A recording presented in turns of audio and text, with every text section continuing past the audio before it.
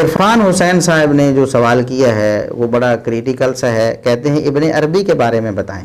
دیکھیں ابن عربی نام کا ایک بہت مشہور صوفی گزرا ہے ابن عربی، جس کو شیخ محی الدین ابن عربی کہا جاتا ہے یا شیخ اکبر بھی کہا جاتا ہے. تو یہ جو ابن عربی صاحب تھے ان کے عقائد نہایت کفریہ، انتہائی گھٹیا ترین عقائد تھے ابن عربی صاحب کے.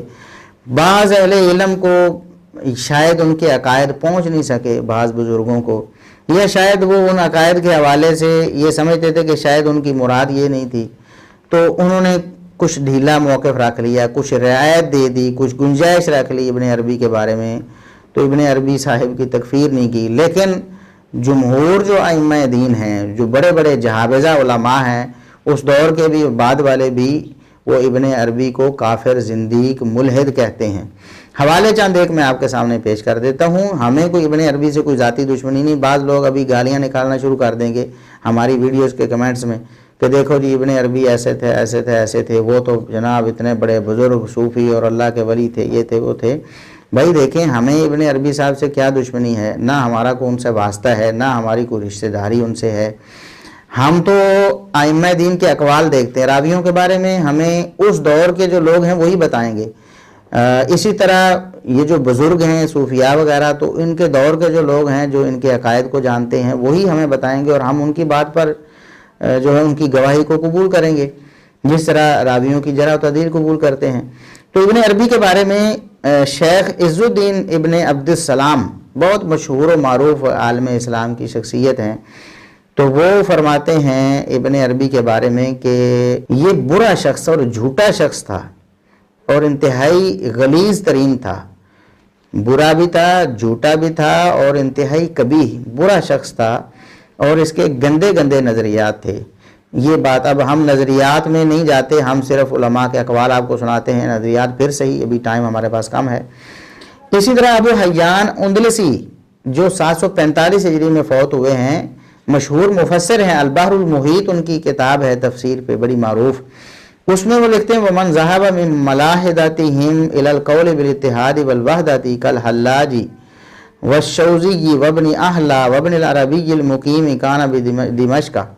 وہ کہتے ہیں کہ ملحدین میں سے جو وحدت الوجود کا عقیدہ رکھتے تھے، ملحدین میں سے، ملحد کہا ہے ابو حیان اندلسی رحمہ اللہ تعالیٰ نے ابن عربی کو. آگے ابن عربی کا نام لیا انہوں نے کہ ایسے ملحدین جو ہیں وہ وحدت الوجود کا عقیدہ رکھتے ہیں.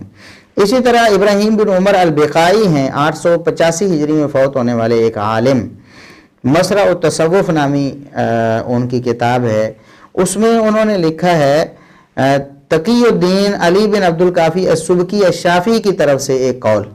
یاد رکھیں کہ یہ تقی الدین سبکی خود بھی ایک صوفی تھے اور کئی ایک گمراہیاں ان میں بھی پائی جاتی تھیں. اس کے باوجود ابن عربی کے بارے میں اس صوفی کے بھی کیا تاثرات ہیں وہ بھی آپ ذرا غور سے سنیں.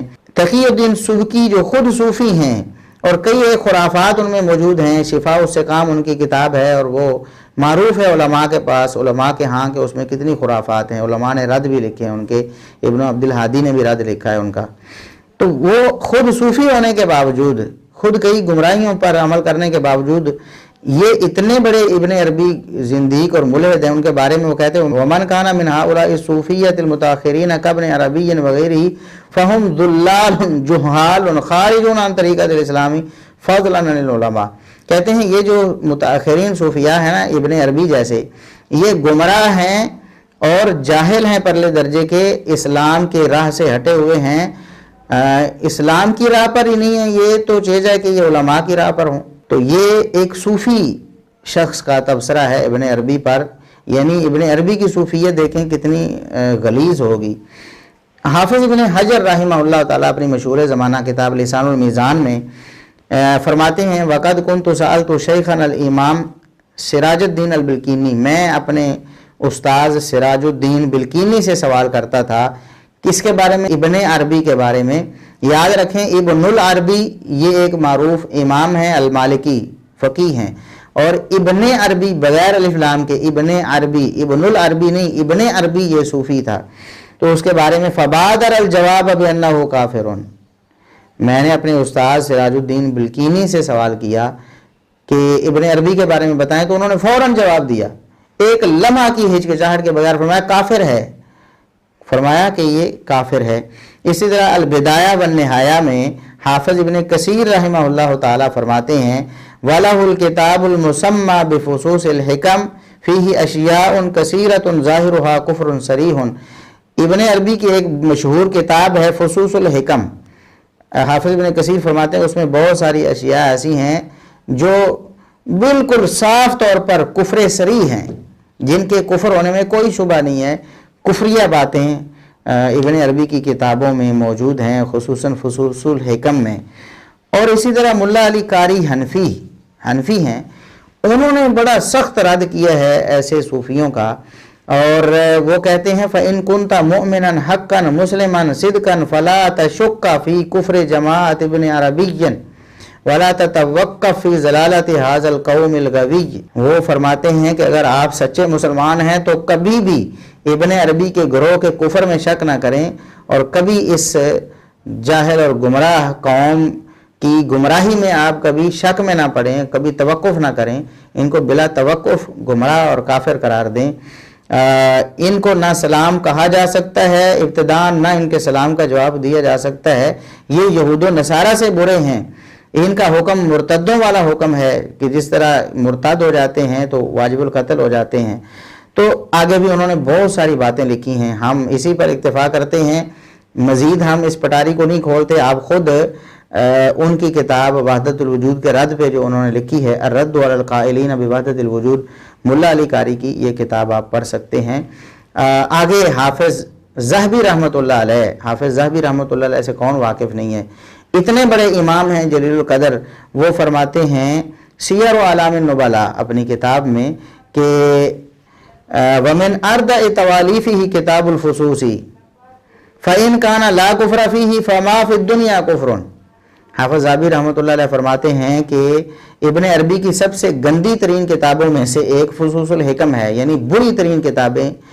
وہ کہتے ہیں کہ اگر اس کتاب میں کفر نہیں نہ تو دنیا میں کفر ہے ہی نہیں کہیں۔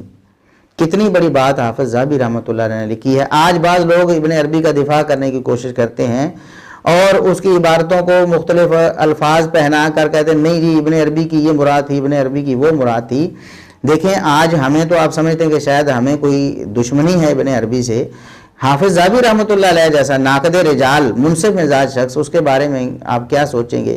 وہ فرماتے ہیں کہ فصوص الحکم میں اگر کفر نہیں ہے تو دنیا میں کہیں بھی کفر نہیں ہے۔ نسأل اللہ العفو والنجاہ، وہ کہتے ہیں ہم اللہ رب العزت سے معافی کی، درگزری کی التجا کرتے ہیں، اور اللہ رب العزت سے ہم نجات مانگتے ہیں کہ اللہ رب العزت ہمیں ایسی گمراہیوں سے نجات میں رکھے، بچا کر رکھے۔ تو یہ کچھ حوالے ہم نے پیش کیے ہیں ابن عربی کی گمراہی کے حوالے سے، ابن عربی کے بے دین ہونے کے حوالے سے، ابن عربی کے الحاد کے حوالے سے۔ تو ابن عربی پر علماء کے جو اقوال ہم پیش کر چکے ہیں۔ اب بعض علماء جو متاخرین بھی ہیں اور اس دور میں بھی ہیں، وہ تھوڑی ڈھیلی پالیسی رکھتے ہیں، وہ سمجھتے ہیں کہ شاید ابن عربی سے یہ عبارتیں ثابت نہیں۔ بعض علماء یہ بھی سمجھ لیتے ہیں کہ شاید یہ کتابیں کسی نے ان کی طرف منسوب کر دیں، اور بعض یہ سمجھتے ہیں کہ نہیں ان عبارتوں کا شاید کوئی اور مطلب ہوگا، دیکھیں فلاں عبارت بھی تو ہے، فلاں بھی تو ہے، تو شاید اس کو جوڑ کر کچھ اور نتیجہ نکالا جا سکے۔ یا پھر بعض ایسے لوگ ہیں جو ابن عربی کی ان عبارتوں سے واقف نہیں ہیں، دور دور سے انہوں نے نام سنا ہوا ہے۔ جن لوگوں نے پڑھا ہے اور جن لوگوں نے سنا ہے ابن عربی کے موقف کو، جیسے کہ حافظ ذہبی رحمۃ اللہ علیہ، حافظ ابن کثیر رحمۃ اللہ علیہ، اور ابو حیان اندلسی رحمۃ اللہ علیہ، اور شیخ عز الدین ابن عبد السلام رحمہ اللہ تعالی، اور دیگر حتیٰ کہ صوفیاء میں سے بھی تقی الدین سبکی جیسے صوفی بھی جو خود کئی گمراہیوں میں ملوث ہیں، وہ بھی کہتے ہیں کہ یہ جو متاخرین ابن عربی جیسے صوفی ہیں یہ گمراہ ہیں اور اسلام کے راستے پہ ہی نہیں ہیں۔ تو لہٰذا ان گمراہوں سے آپ اپنے آپ کو بچائیں۔ اگر آپ نے علم دین حاصل کرنا ہے، کچھ سیکھنا ہے، تو آپ علماء حق سے سیکھیں۔ ان گمراہوں سے آپ کو گمراہی ہی مل سکتی ہے۔ صوفیاء کے گمراہ کن عقیدے آپ کو ملیں گے، حتیٰ کہ فرعون جیسے لوگوں کی حمایت، کہ فرعون بھی مومن تھا، اس کے دل میں ایمان تھا، اس طرح کی باتیں کرنا، یہ سارا ان صوفیاء کا جو ہے نا وہ کام ہے۔ اللہ رب العزت ہمیں قرآن و سنت پر قائم رکھے، قرآن و سنت کی تعلیمات پر عمل کرنے کی توفیق عطا فرمائے۔